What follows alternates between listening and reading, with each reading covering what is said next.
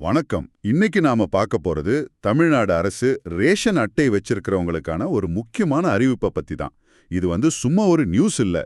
இதுக்குள்ள ரெண்டு பெரிய விஷயங்கள் இருக்கு. ஆமா, ஒன்னு ரொம்பவே உதவி தேவைப்படுற ஒரு குறிப்பிட்ட மக்களுக்கு, இன்னொன்னு நம்மள மாதிரி எல்லா ரேஷன் கார்டு வச்சிருக்கிறவங்களுக்கும் பயன்படுற ஒரு விஷயம். கரெக்ட். இந்த ரெண்டையும் பிரிச்சு பார்த்து இதுல இருக்கிற முழு பயனையும் எப்படி அடையிறதுன்னு புரிஞ்சுக்கிறதா நம்மளோட நோக்கம். சரிதான், இது மேலோட்டமா பார்க்க ஒரு அறிவிப்பு மாதிரி தெரியலாம். ஆனா இதுல அரசின் அணுகுமுறையே கொஞ்சம் மாறப்படுறத நம்ம பார்க்க முடியுது. எப்படின்னு சொல்றீங்க? அதாவது ஒரு பக்கம் ரொம்ப பாதிக்கப்பட்டவங்களுக்கு நேரடியா போய் உதவி செய்யறது, இன்னொரு பக்கம் பொதுவா சிஸ்டம்ல இருக்கிற பிரச்சனைகளை சரி பண்ண ஒரு பெரிய வாய்ப்பை உருவாக்குறது. இது ரெண்டையும் ஒரே நேரத்துல செய்றாங்க. ஓகே, அப்போ விஷயத்துக்கு வருவோம். இந்த தாயுமானவர் திட்டம் பேர் கேட்கவே நல்லா இருக்கு. ஆமா, இப்போ 60 வயசுக்கு மேல இருக்கிற பெரியவங்களும் மாற்றுத்திறனாளிகளும் ரேஷன் கடையில மணிக்கணக்கா நிக்கிறது எவ்வளோ கஷ்டம் நமக்கு தெரியும். ரொம்ப கஷ்டம். சில சமயம் மயக்கம் போட்டு விழுறதெல்லாம் கூட நடக்குது. அதேதான், இந்த ஒரு சீரியஸான பிரச்சனைக்கு தீர்வு தான் இந்த திட்டம், அப்படித்தானே? கரெக்ட். இந்த திட்டத்தோட மைய நோக்கமே அதுதான்.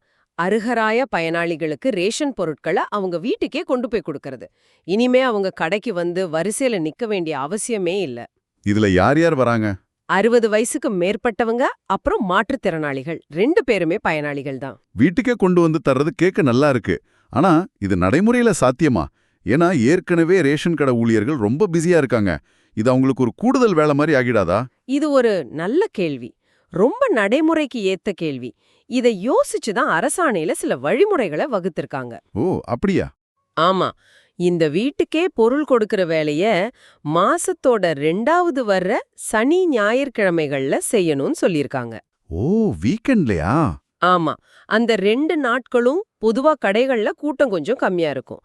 அதனால ஊழியர்களால இதை செய்ய முடியும்னு அரசு நம்புது. சரி, இது மாசம் மாசம் நடக்குமா இல்ல ஒரு தடவை தானா? இல்ல, இது மாசம் மாசம் தொடர போற ஒரு சேவை. சூப்பர். அப்போ இந்த சேவைய பெறணும்னா என்ன செய்யணும்? தகுதியுள்ள எல்லாருக்கும் தானாவே கிடைச்சிடுமா?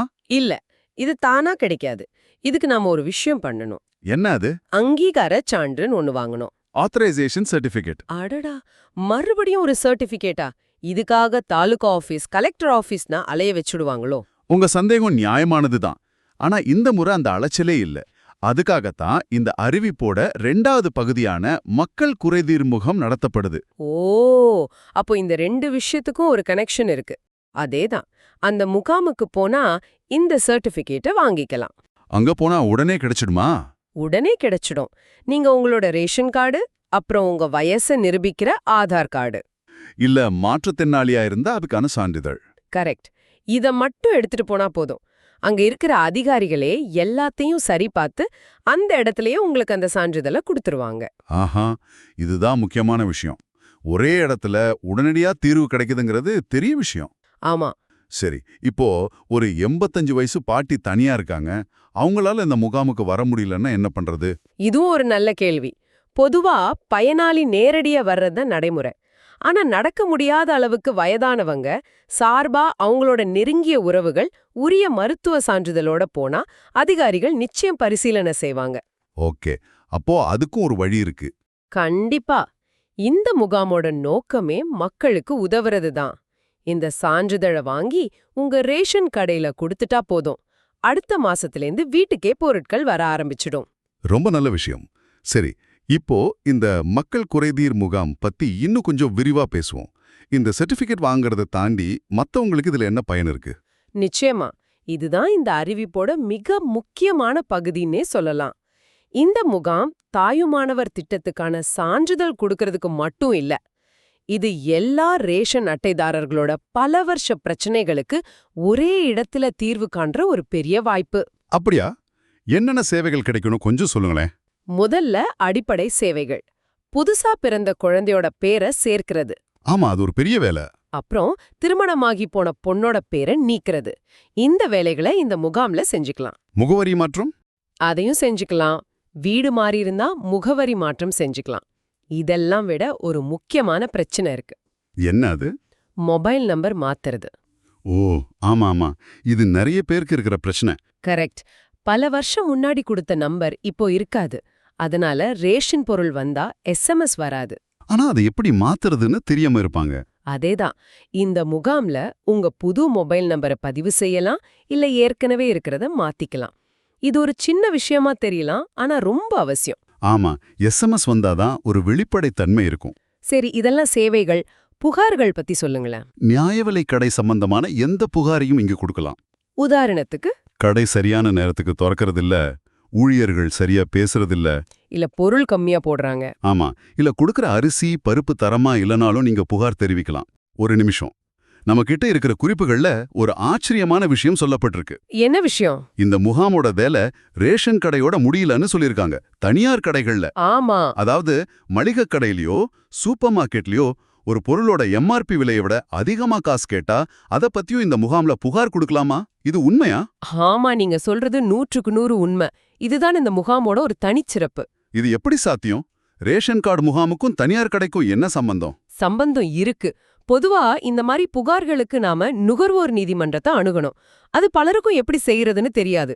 ஆனா அரசு இப்போ என்ன யோசிக்குதுன்னா, மக்கள் அதிகமா கூடுகிற இந்த மாதிரி ஒரு இடத்திலேயே அவங்களோட பொதுவான நுகர்வோர் உரிமைகளையும் பாதுகாக்கணும்னு நினைக்குது.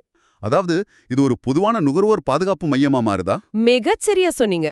அப்போ நான் ஒரு கடையில அதிக விலைக்கு ஒரு பொருள் வாங்கின பில்லை எடுத்துட்டு போய் இங்க காட்டினா நடவடிக்கை எடுப்பாங்களா? நிச்சயமா. அந்த புகார அவங்க பதிவு செஞ்சு சம்பந்தப்பட்ட நுகர்வோர் பாதுகாப்பு துறைக்கு அனுப்பி வைப்பாங்க. இது மூலமா உங்க புகார் அரசின் கவனத்துக்கு போயிடும். உடனடி தீர்வு கிடைக்கும்னு கூட சொல்லியிருக்காங்களே. உடனடி தீர்வுங்கிறது எல்லா புகாருக்கும் சாத்தியம் இல்ல. ஒருவேளை சின்ன சின்ன பிரச்சனைகளுக்கு அங்கே தீர்வு கிடைக்கலாம். மத்த பெரிய புகார்களுக்கு அது ஒரு முறையான விசாரணை தொடங்குறதுக்கான முதல் படியா அமையும். ஒரு புகார் பதிவு செய்யப்படுறதே பெரிய விஷயம் தானே. Correct correct. சரி, இப்போ ரொம்ப முக்கியமான கேள்வி. இந்த முகாமுக்கு எப்போ எங்க போகணும்? ஆமா, இந்த தேதியையும் நேரத்தையும் நல்லா குறிச்சு வச்சுக்கோங்க. இந்த சிறப்பு மக்கள் குறைதீர் முகாம் வர்ற சனிக்கிழமை, அதாவது டிசம்பர் 13, 2025 அன்னைக்கு நடக்குது. நேரம் என்ன? காலையில 10 மணியிலிருந்து மதியம் 1 மணி வரைக்கும் மட்டும்தான். வெறும் 3 மணி நேரம் தானா? ஆமா, அதனால தேவையான எல்லா ஆவணங்களையும் எடுத்துக்கிட்டு கொஞ்சம் முன்னாடியே போறது நல்லது. சரி, முகாம் எங்க நடக்குது? தாலுகா ஆபீஸ்லயா? இல்ல, அங்கதான் ஒரு முக்கியமான விஷயம் இருக்கு. இது மாநிலம் முழுக்க நுகர்வோர் பாதுகாப்பு ஆணையரோட 19 மண்டல அலுவலகங்கள்ல நடக்குது. மண்டல அலுவலகமா? ஜோனல் ஆபீஸா? அது எங்க இருக்குன்னு சாதாரண மக்களுக்கு எப்படி தெரியும்? இது ஒரு நல்ல கேள்வி. உங்க மாவட்டத்துக்கான மண்டல அலுவலகம் எங்க இருக்குன்னு தெரியலன்னா, உணவு வழங்கல் துறையோட வெப்சைட்ல பார்க்கலாம். ஓகே. இல்லன்னா உங்க தாலுகா ஆபீஸ்ல கேட்டா கூட தகவல் கிடைக்கும். போறதுக்கு முன்னாடி அது எங்க இருக்குன்னு சரியா தெரிஞ்சுக்கிட்டு போறது நல்லது. ஆக, நாம இதுவரைக்கும் பேசுனதெல்லாம் தொகுத்து பார்த்தா இது ஒரு இரட்டை வாய்ப்பு. ஆமா, ஒன்னு, வயசானவங்களுக்கும் மாற்றுத்திறனாளிகளுக்கும் வீட்டுக்கே ரேஷன் பொருட்கள் கிடைக்கிற தாயுமானவர் திட்டம். கரெக்ட். ரெண்டாவது, பெயர் சேர்க்கிறதுல இருந்து MRP புகார் வரைக்கும் எல்லா நுகர்வோர் பிரச்சனைகளையும் ஒரே இடத்துல தீர்க்க ஒரு சிறப்பு முகாம். இது அரசாங்கத்தை மக்கள்கிட்ட இன்னும் நெருக்கமா கொண்டு வர்ற ஒரு முயற்சி மாதிரி தெரியுது. நிச்சயமா. இது வெறும் ஒரு சேவையா பார்க்காம ஒரு நிர்வாக சீர்திருத்தமா பார்க்கணும். பல வருஷமா அரசுக்கும் மக்களுக்குமான தூரம் அதிகமா இருந்தது. ஆனா இந்த மாதிரி முகாம்கள் அந்த தூரத்தை குறைக்குது. ஆனா இதுல ஒரு சவாலும் இருக்கு இல்லையா? என்ன சவால்? இந்த கூடுதல் வேலையை செய்யற ரேஷன் கடை ஊழியர்களுக்கு முறையான ஊக்கத்தொகை கொடுக்கலைன்னா திட்டம் போக போக நீர்த்து போயிட வாய்ப்பு இருக்கு. அது ரொம்ப முக்கியமான பாயிண்ட். அதையும் அரசு கவனிக்கணும்.